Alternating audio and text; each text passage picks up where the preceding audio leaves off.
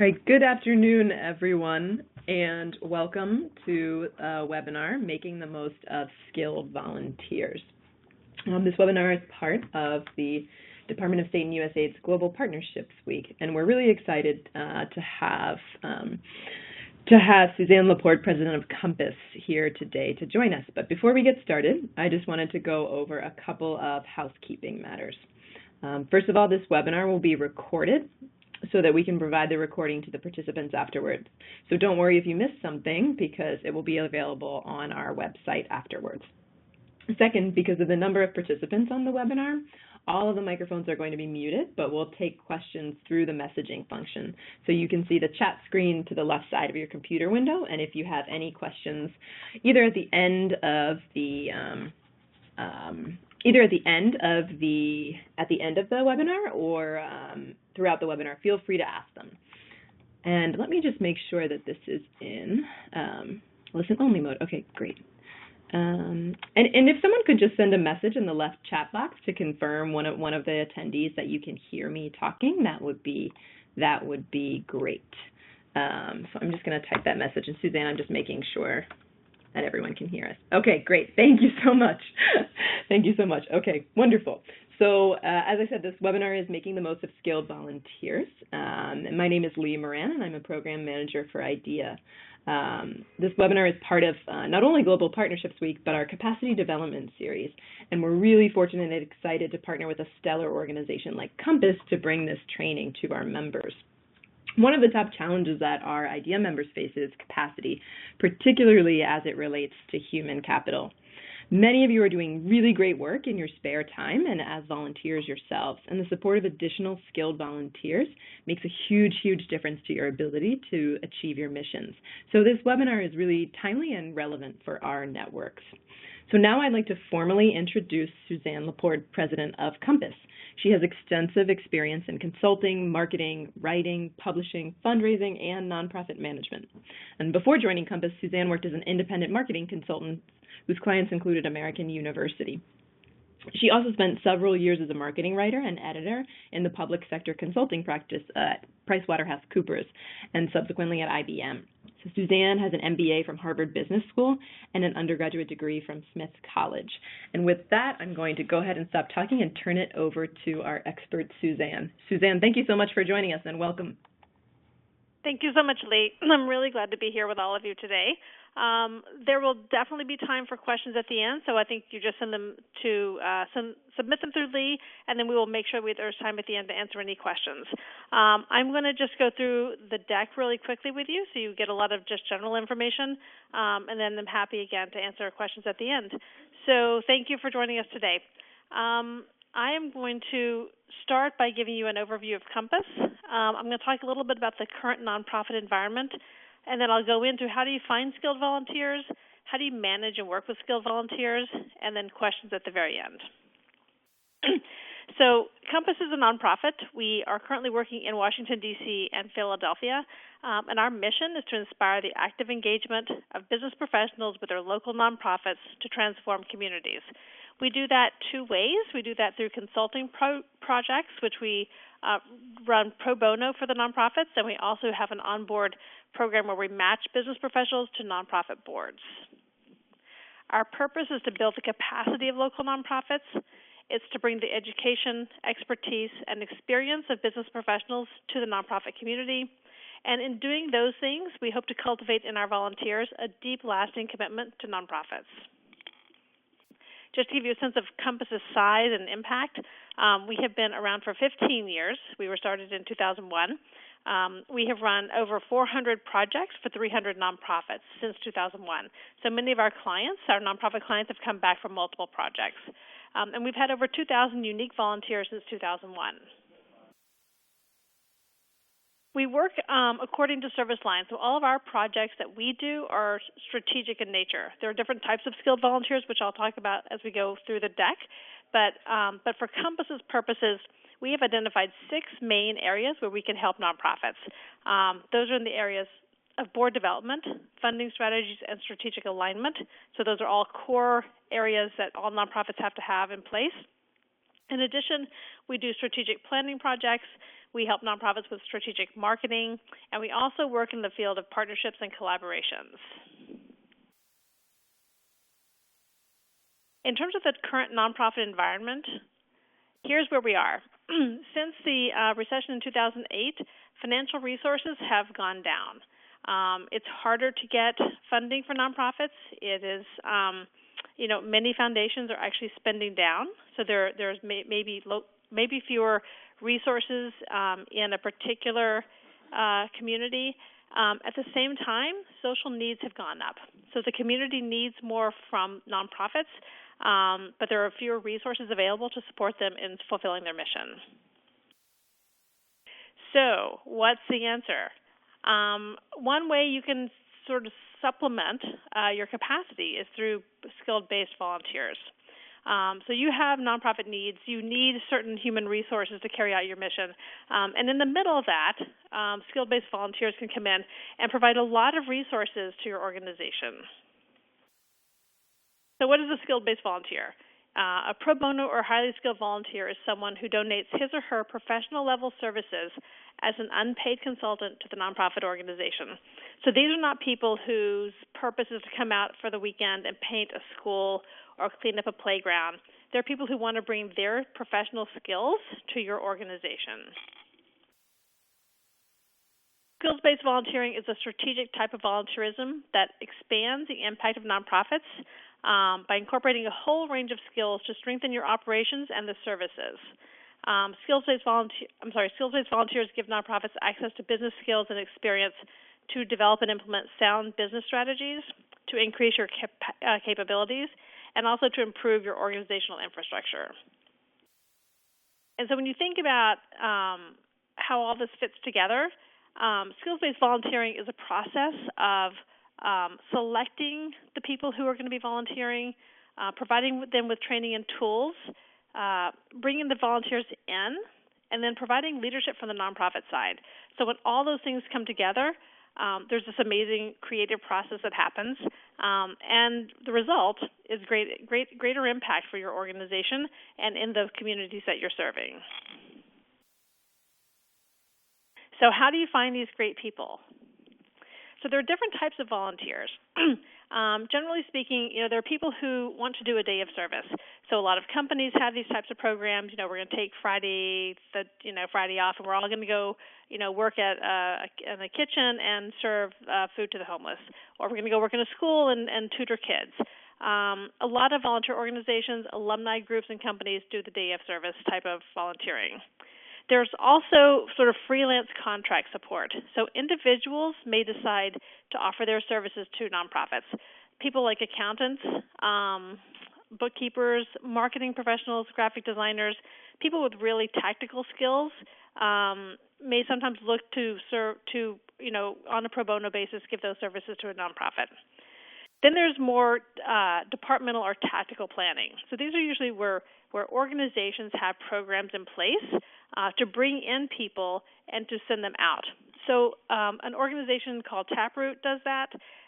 They're in 5 cities, I think, in the United States. Also, some companies like Capital One Bank may have a program where they organize volunteers internally and then send them out to work with local nonprofits. And then there are strategic volunteering programs. And some of the consulting firms like Booz Allen Hamilton will do this. My organization, Compass, is going to be doing this type of consulting. And the difference between this and the Taproot Capital One model is that Taproot and Capital One will be doing things like it's almost taking the contract support, the accountants and marketing professionals, and sort of organizing them in a better way. So as opposed to one person just calling up a nonprofit and saying, I'm an accountant, I have services to provide, do you need anything? Taproot or Capital One will recruit people with those skills, and they will find the nonprofits that need those people, and they'll match them together. So it's a little bit more organized, but it's still going to be tactical work. So marketing professionals may be willing to come in and write an annual report or to design a website. Whereas Compass and Booz Allen will do things that are more along the lines of strategic planning, more high-level work that's really at the level that's going to engage the executive director and the board chair of the organization. So I'm going to show you a couple of different of these organizations and how they compare. So I'm starting with Compass, which is my organization. We have an open application process for our consulting projects, so nonprofits can apply. We're on an annual cycle, so nonprofits apply in the springtime, and then we do interviews over the summer, and then we select nonprofits clients in August. Our nonprofits, our clients have to have a budget of over $750,000 and 3 full-time employees. Our volunteers are mainly MBAs, the alumni from top business schools, and other business professionals. The services we provide, here are 4 of them. The other 2 I also mentioned earlier, collaborations and partnerships, and also marketing.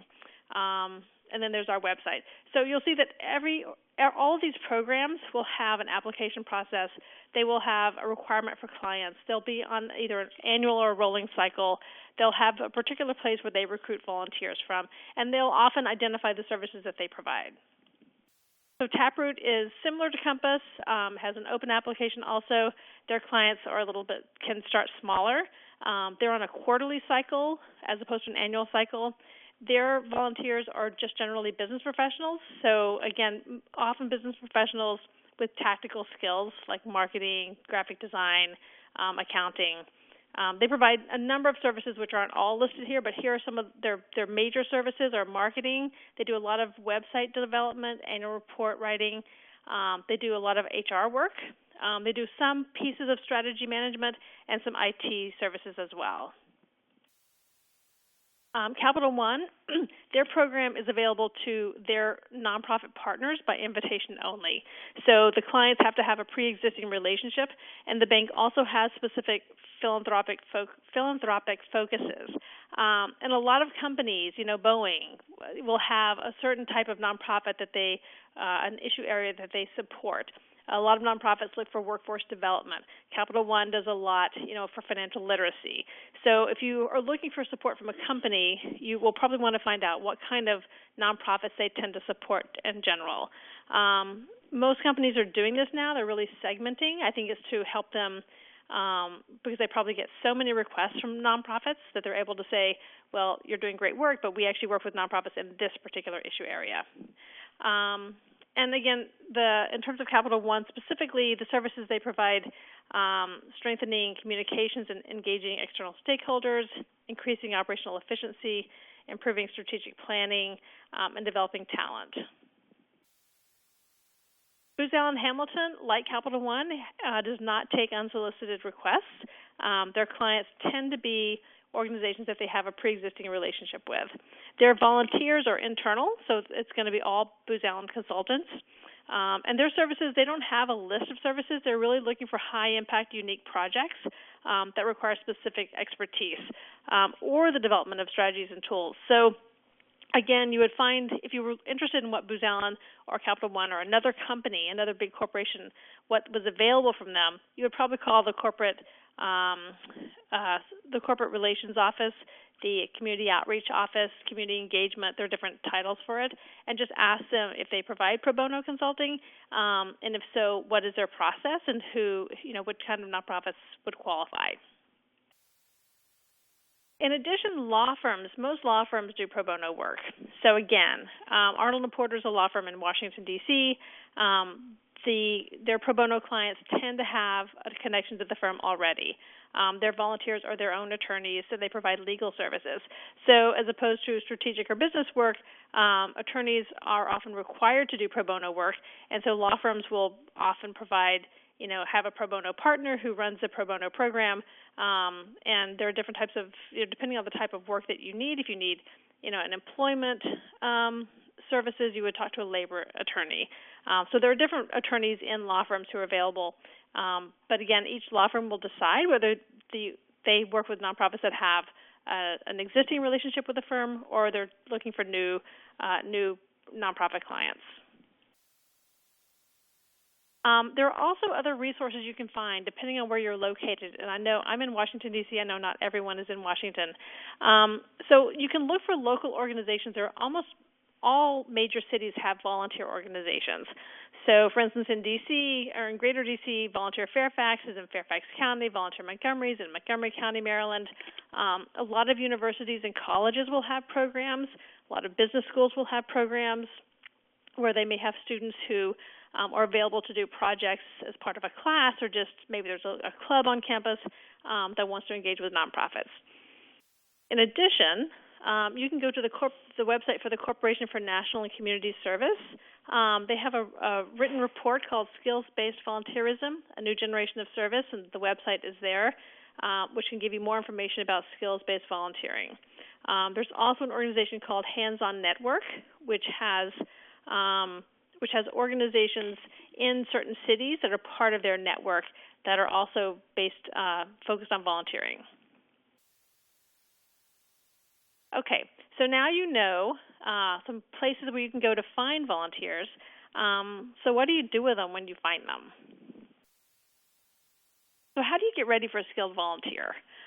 So again, we're talking about the skilled volunteers at the higher end of the level of the, doing the more strategic work, as opposed to someone who's going to come in and build a website for you. So for the more strategic skilled volunteers, as an executive director and a board chair at that level, the highest leadership in the organization, have those people prioritize the top needs that will build the capacity of the organization. So what is the thing that's causing you the most problem or getting in the way? It could be your board, it could be funding, it could be that there's not a real good connection between the mission of the organization and the programs and the resources available. So really, what is the top need? And when you have the top priorities identified, is there a specific problem that skilled volunteers can come in and address? So thinking about, I often tell our volunteers, and I didn't say this earlier, but we have about 400 volunteers a year, and we work with over 80 nonprofits. So I always say to our project leaders who go out and work with the clients first, ask the client, what is the question they're asking? Most of the time, if there's a problem, there's a question to be answered. And so if the nonprofit can put in one sentence or in one question what the issue is that they're addressing, it could be, we've had a board in place for many years and we feel like it's not the right board anymore. How do we find out if we've got the right people on our board? And if not, how do we know who we should bring on the board? It's a long sentence, but it's one sentence. So if you can articulate in one sentence what the problem is or the question you're trying to answer. And then is there consensus among the key decision makers about the focus of the work? So you've got the priorities and the top needs identified, and from them you've thought of some problems that need to be addressed to answer those challenges. But the people who are actually in the organization doing the work, do they agree with that? Because if you're going to bring in skilled volunteers, you want to make sure that everyone who's participating or going to be affected agrees with what you're doing. And then are key decision makers and staff prepared to devote time? So if you're going to bring in a skilled volunteer, they can't just come in and work on their own. They're going to need information from you. They're going to need some feedback from you. Are the people who are going to be most involved in this project actually able to devote the time required? Are end users of the information supportive of the engagement? This is very important. We do a lot of funding strategy projects. If an organization has a development director, that's the person who's going to be taking the recommendations and implementing them. So it's important that that person support the project and that the volunteers bring them along throughout the project if they're not the main contact. So you want to make sure that a volunteer is not coming in to do work that's going to end up sitting on the shelf. You really want to have someone who's going to be using the recommendations, make sure that they support the project and that that they're excited and interested in implementing whatever recommendations come out of it. Does your organization have the capacity and resources to support a skilled volunteer? This partly is that question about time. Do you have time to devote? But if you need a volunteer to be on site, do you have a desk? Do you have a phone? What are the resources you're going to need to support this person? Do you have, if it's a project that's going to require a lot of documents, do you have someone who can pull that information together for the volunteer? So think about your capacity in terms of, is this a good time for my organization to bring in a skilled volunteer? And then does your organization have the capacity and commitment to implement recommendations? Again, I talked about this in terms of the end user, but ultimately, the executive director and board chair of the organization, the highest leaders in the organization have to be ready to support the implementation, because some recommendations will involve spending money, and budget decisions come from the top. So make sure that the organization, that the people who will be using the information, as well as the leaders of the organization, agree that the organization has the capacity, and that they're also committed to implementing the recommendations, because you don't want to waste a volunteer's time and have them do work for you that you're not going to actually do anything with. So you've decided you need a skilled volunteer, you have a problem, everybody's on board, you think you got the capacity. So what do you do now? So again, think of this in terms of a problem, not a task. This is not someone coming in to run numbers or to update your bookkeeping. What is the problem that you have for them to address? They're highly skilled. They have a lot of business experience. So take advantage of that expertise and that experience. Don't just put them, at a desk running numbers on an Excel spreadsheet. Really help them understand what your problem is and have them bring their expertise to the table to solve that. You'll want to vet your volunteers for their qualifications and commitment. So, some nonprofits go through an organization like Compass where they can apply to Compass, and Compass does all the vetting, and we do the matching. But if you're trying to find your own people, just make sure that you understand their qualifications, that you ask for resumes, that you ask for past experience. You may want to ask for reference letters, and that they're committed to however long you think this project is going to take. Do any pre-work that will help the volunteers quickly get up to speed. So once you bring them on board, you don't want them sitting around for 2 weeks while you're trying to figure out, where's the information we want to give them. Make sure when you bring them on board that you are ready for them to get started. So that might be, if it's a funding strategy project, you might need to come up with your list of donors and your funding calendar and things like that. So make sure you have all that in place so the volunteers aren't wasting their time but can really utilize it for you. And then help them understand your organization. So there's the data piece, which is helping them see, you may want to provide them with financials. You may want to provide them with your annual report or your strategic plan, with other information, an organization chart, a list of board members, things about your organization to help them understand how you're set up and how you operate. But you also want them to see your organization in action. So it depends on what kind of organization you have and what kind of work you do. But if you're doing work that's, in the community or affecting other people, it's really helpful to bring the volunteers into your organization so they can actually see what you're doing. Their work is not going to be with those people. They're not coming in to tutor. They're not coming in, to feed people. But for them to understand that that's what you do is incredibly helpful. They make that emotional connection with your organization when they see the people that you're working with. Often you're going to want to make sure that your key staff members and your board are available for interviews. Again, this will depend on the type of project you're doing. All the projects that we do, very strategic in nature. We need key staff members' input, and we want access to the board because the board's probably going to be the ones, ensuring that this gets implemented.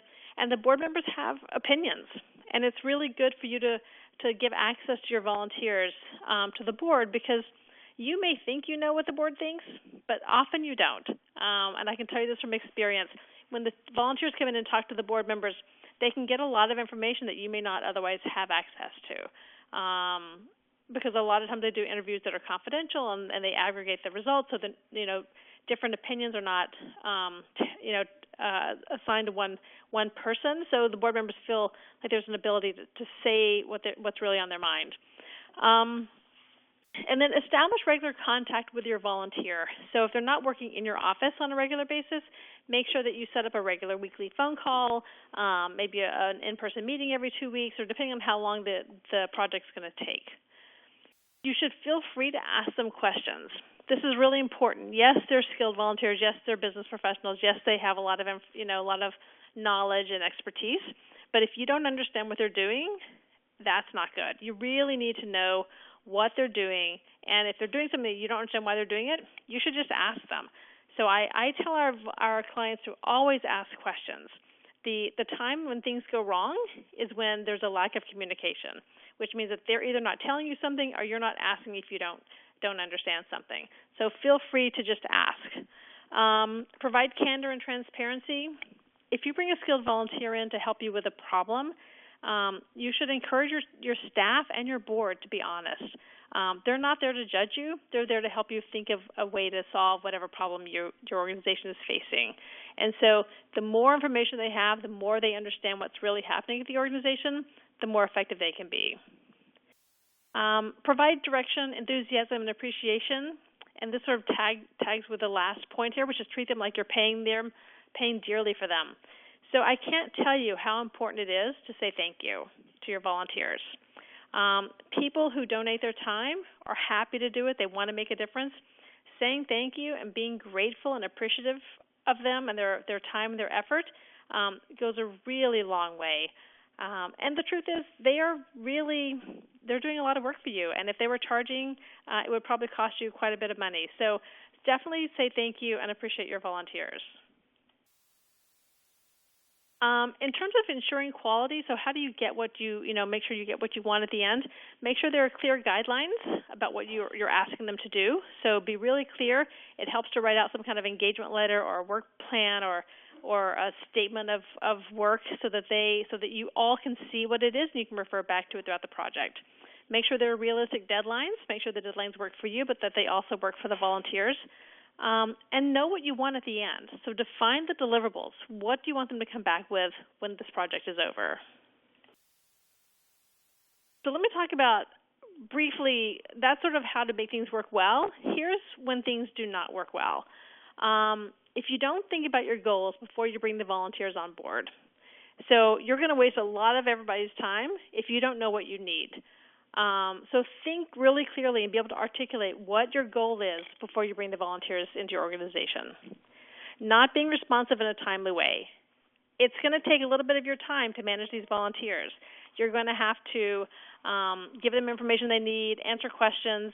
The more responsive you can be, the faster they can keep going. And that works with not keeping the momentum going. It's really hard for volunteers to sort of do this in bits and spurts. So if you get them going and then they don't hear anything from you for 2 or 3 weeks and then you want them to pick up again, that's really hard. There just needs to be some consistent momentum along the way. Scope creep is a real problem. It's very frequent and very common for nonprofits to say to a volunteer, thank you for coming in to work on my board development project. While you're here, could you also help us look at our funding? And we really need a new strategic plan, and we're thinking about doing a partnership with this organization down the street. That really doesn't work. You have to identify the project, articulate it, and stick to it, because they can't do a great job for you if it keeps changing or growing. They know what they came in to do. When they finish that, you can then ask them to come back and do something else. Worrying about exposure, if you're nervous about telling them the whole story, they are going to be handicapped in what they can do. They're not going to be able to give you a real good answer. So you have to be willing to be honest with them about what's going on. Micromanaging volunteers, if you bring them in to do something for you, you need to let them do that. If they have problems or need help, they will tell you.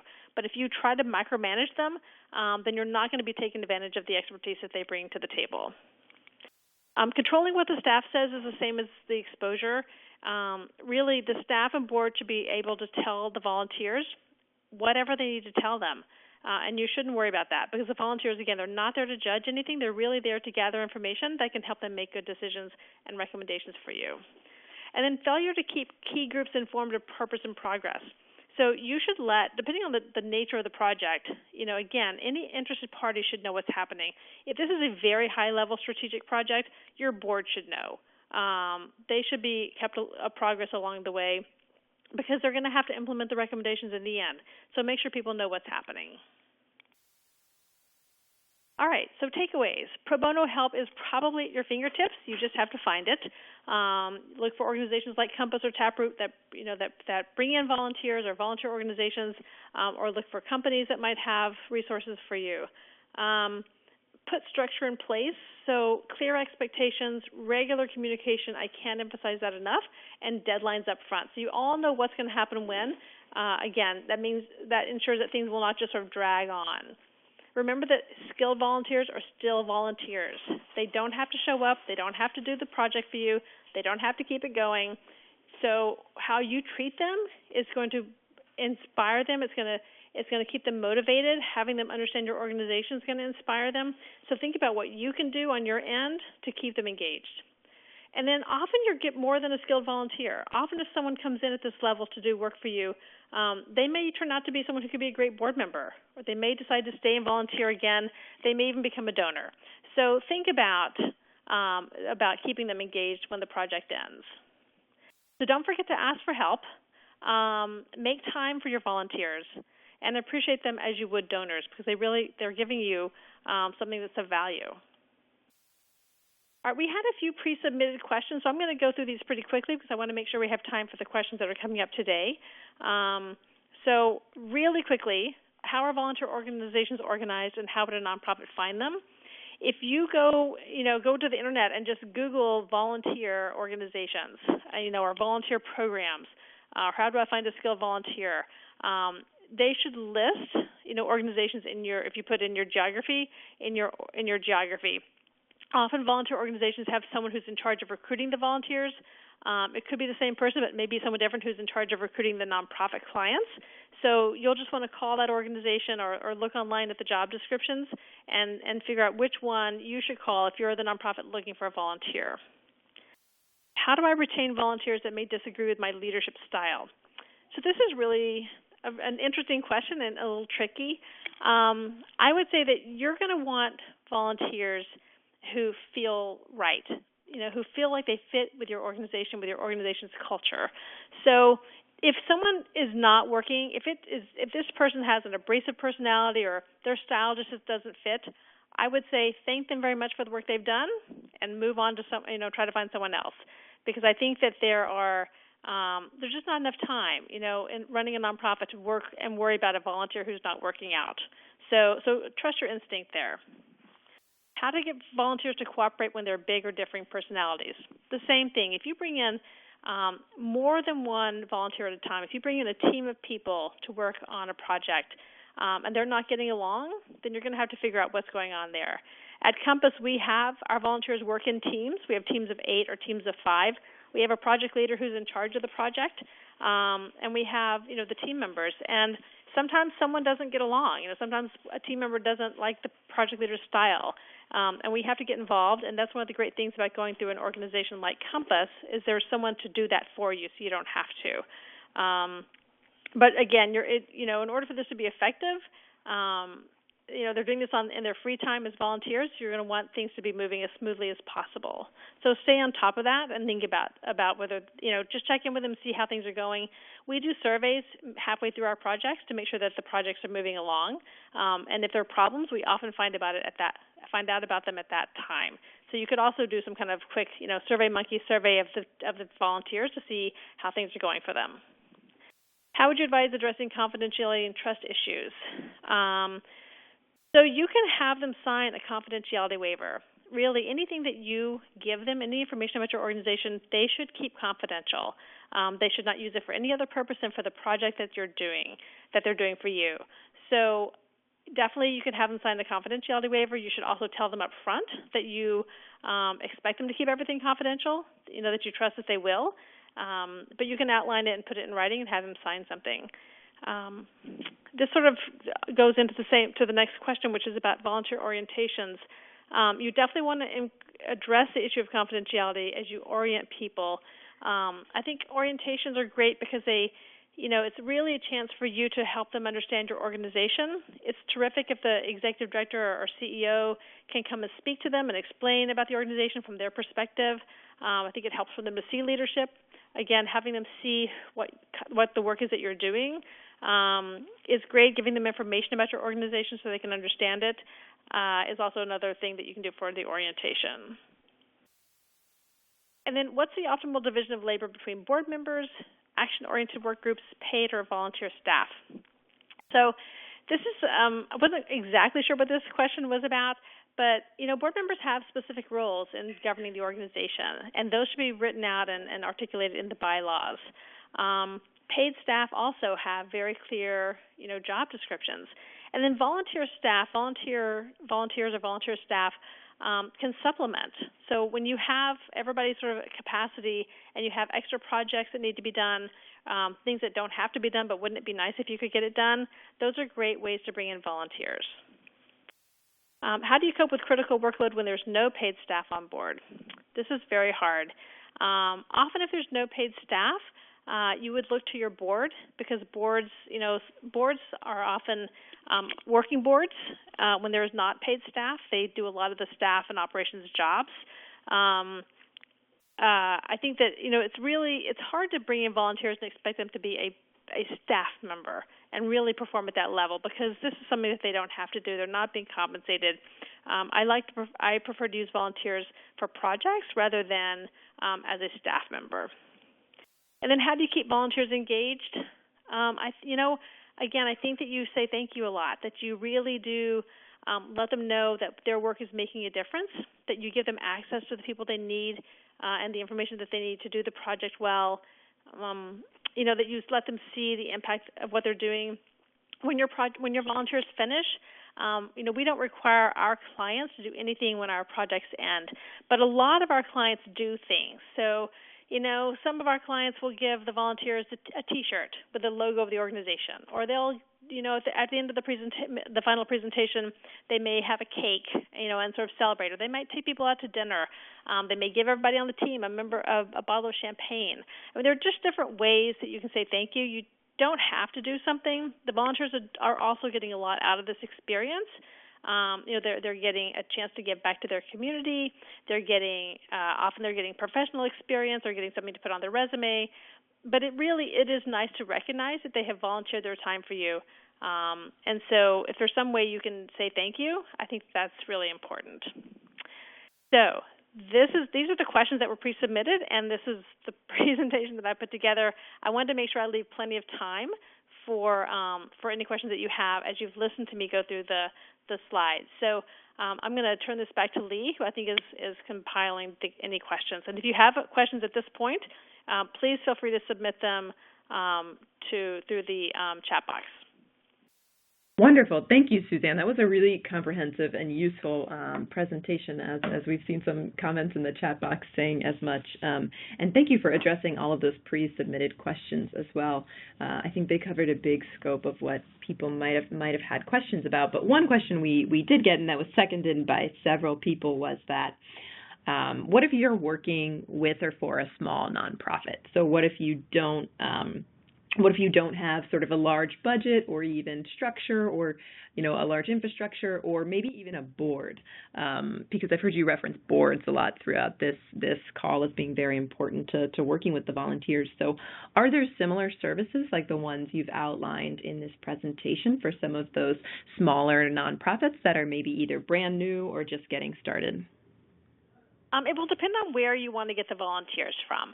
So organizations like Compass and Taproot will have certain requirements for our clients.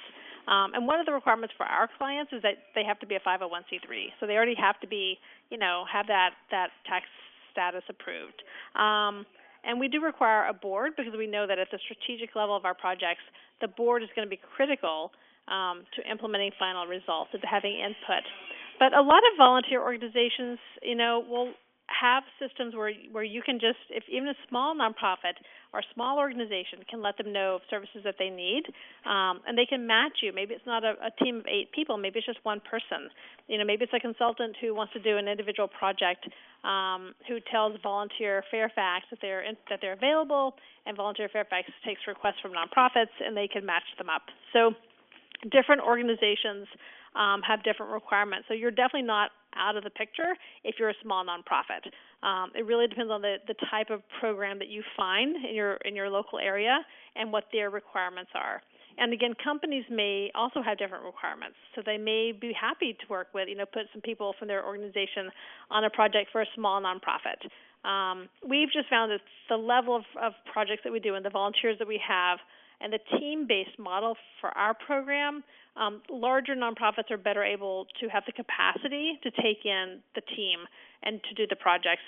We do them over 9 months. But a smaller nonprofit may be able to take in 1 or 2 people, would be glad for the help. And if there's not a board, I think a lot of really small sort of startup nonprofits are trying to figure out, how do I get a board in place? How do I do a budget? So there are definitely things that may be less strategic but more tactical that startup nonprofits need. And there are people out there who are willing to do that. So I would say absolutely look for other resources in your area. There are going to probably be several different options, and just find out what their requirements are. Wonderful. Thank you, Suzanne. And we'll wait for a few more questions in the chat box. If anyone has another question, please feel free to type them. But I wanted to follow up on that with you. And one of the things that you talked about that was so important for a lot of organizations that are going to take on a team of skilled volunteers was to have a really clear vision of what you want and to define your deliverables. And again, thinking of a lot of the organizations that we're working with that are a little more early stage and might be entirely staffed by volunteers themselves. Are you aware of any services where skilled volunteers could sort of help those organizations do that initial, really even strategizing? So help them get to a point where they have a strategy and vision for their organization, and then they can get to a point where they can define more of their specific needs after that. Absolutely. I think there are plenty of people out there who have those skills and could come in and sit down with, someone who's starting up a nonprofit or running a very small nonprofit, and think about where they are. We run a few very unusual projects that we call incubators, and we run them because of one of our funders has access to nonprofits who are very small, and basically we send this small group of people in and say, sit down with the leader and find out where they are and what they need. They're going to need a lot of different things, and so once you get the whole list of everything that they need, then you can prioritize, what's the most important thing that they need, and also what are the things that you can do for them in that list, and where do they need to go externally or go to find other volunteers for other pieces of it.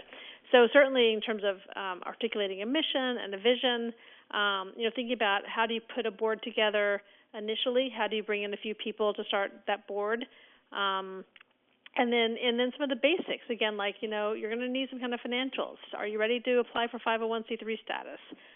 What are the first things that a nonprofit needs to do to get going? I don't know that there are specific organizations that just do that, but again, I think a lot of the larger volunteer organizations like Hands-On Network, the volunteer, whatever your city you're in, Volunteer Chicago, Volunteer New York.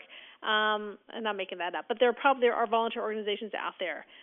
You should be able to find people who can sit down and help you. You might try the United Way, would be another place to look and find out if they have suggestions. If you can't find the volunteer organizations, they may be able to point you in the right direction. Great, thank you. And we had one more question from the attendees, which is, can you recommend organizations such as yours, such as Compass, that connect diaspora organizations with skills-based volunteers internationally? Are you aware of any organizations like that? I'm not. I don't know organizations that work internationally. All the organizations that I know about are pretty locally focused. And I get calls from international organizations, and I have to turn them down. So I don't know really where you would go. Depending on if you're in Washington, D.C., you could contact the World Bank. They may have people, who they may have a program internally and people who could help. You could try companies that are multinational companies. That might be a place to think about as well. But I don't know specific organizations like Compass that bring in volunteers to do work internationally. Yeah, I think that presents some pretty challenging logistics. But Mira, I think there are a few organizations that might be within our network we could think of, and one of them is Vega, and I can't quite remember what they stand for right now, but the Vega Alliance, where I know they send skilled volunteers to international projects. And also QSO International, but we can think some more about that for you and follow up as well. But Suzanne, we have two more questions now, and the next is, does the volunteer go through any preparation to adapt to the mentality of a community-based organization or nonprofit? So what type of training does the skills-based volunteer go through before working with the nonprofit? This is such a great question. And we spend a lot of time at Compass on training our volunteers, because if you bring in a volunteer who works at IBM all day long, and you send them out to work with a small community-based nonprofit, the issue is so different. And especially for people who have not necessarily worked with nonprofits before or haven't been board members. So I think it's important, if you're going through a program like Compass, we will do that kind of training up front, so all of our volunteers get trained in what's it like to work with a nonprofit, how is that different from being in the corporate world. If you're bringing in volunteers yourself, I think that would be a great thing to add to your orientation, is how is a nonprofit different? For instance, there's the funding model, which is completely different, where most of the funding, for a lot of nonprofits, all the funding is contributed. It's not earned. And so you don't have a reliable source of funding necessarily year to year as a company would that's selling a product or a service. And so helping them understand that is different is really important. I often talk a lot also about how, the pace of work in a nonprofit, it's all consuming because the work is so important. But sometimes the culture is a little bit different in terms of making decisions. At IBM, the managing director down the hall is going to make a decision if a decision needs to be made. Sometimes in nonprofits, the decision-making process can take a little bit longer. There can be more consensus building. So helping them understand not just sort of fundamentally how do nonprofits operate differently, but sort of culturally, what's the difference in a nonprofit, compared to a corporate environment. So I would definitely think it's important to talk to any volunteers you bring into your organization. If they have, find out if they've worked with nonprofits before, find out if they've been on boards, if they've done volunteer work, and then make sure you address that. Thanks, Suzanne. That's a great question and a great answer. And we have one more question, which is, there's a lot of discussion about leveraging ICT tools for effective implementation of development programs to achieve SDGs, the Sustainable Development Goals. What are these tools specifically, and what are the skills in this intersection, so between development and technology? So do you work with a lot of volunteers who bring sort of those highly technical, high-tech skills and use them for nonprofits that are working specifically on development issues? And just if you could speak a little bit to the type of skills and support that are required to implement skills-based volunteers in that area. So again, a great question. We don't work in the technology field, but there are organizations like Compass that do. So, for instance, in DC, there's an organization called 501c Tech. I know there are organizations in other major cities that provide technology support for nonprofits, often at a pro bono or reduced fee. The other place that's great to go would be a place like Booz Allen, where they have a lot of people who understand technology, a lot of IT people who may be wanting to volunteer using those skills. So I don't personally know about the ICT tools, but I think you can find people with those skills if you just think about where might they work. And you can also Google technology support for nonprofits or pro bono support, technology support for nonprofits, and see if you can find something locally that where you could find the volunteers who have those skills for your organization. Excellent, thank you.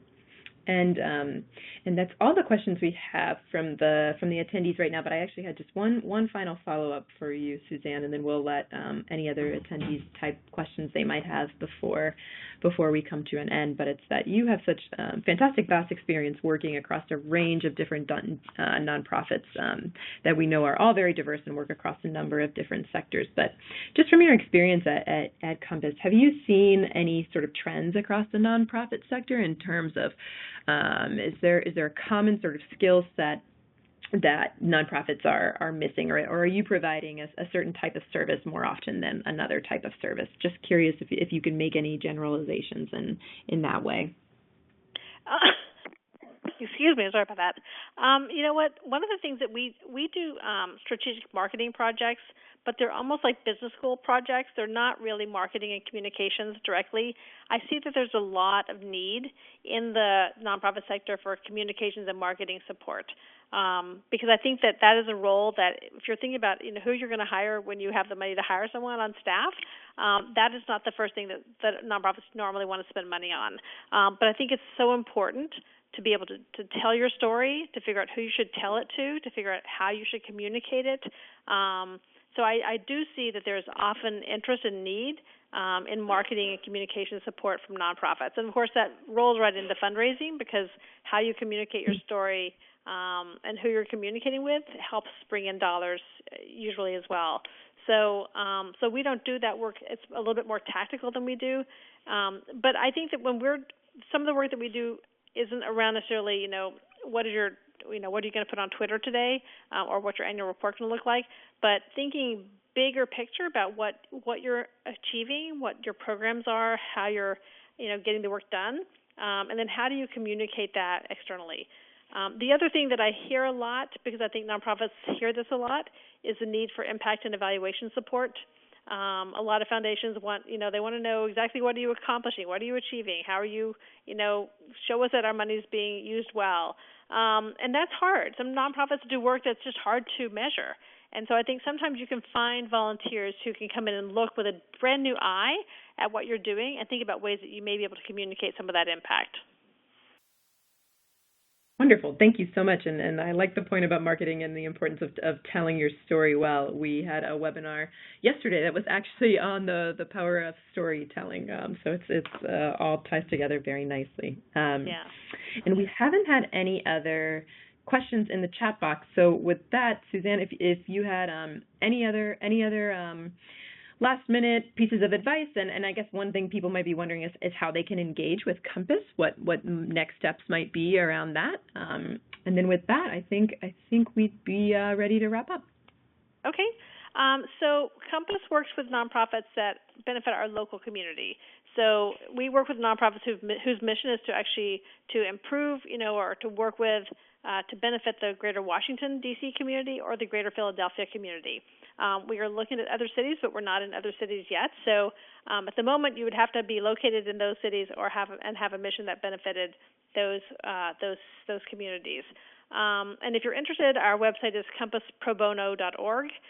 You can go online. Our application opens April 15th, and it closes June 15th. So there's a two-month period when you can apply for a project. If you take a look at our services, which I went through at the beginning, and if you're not sure which one you want, we're happy to talk to you about where your organization is and what might be the best first project for your organization. So definitely feel free to reach out if we would be a good fit for your organization. And I would just say that I think volunteers are such a gift to nonprofits, and so think about how you can effectively use them. Be nice to them. Every year, really, I have to call a nonprofit and say you have to be nice to your client, your volunteers. And really, you shouldn't have to say that. You should just know that they're giving something to you, and you should be grateful. So take advantage of volunteers and be nice to them. And then I see someone just asked about our website, and so it's Compass Pro Bono. You can also go to compassdc.org.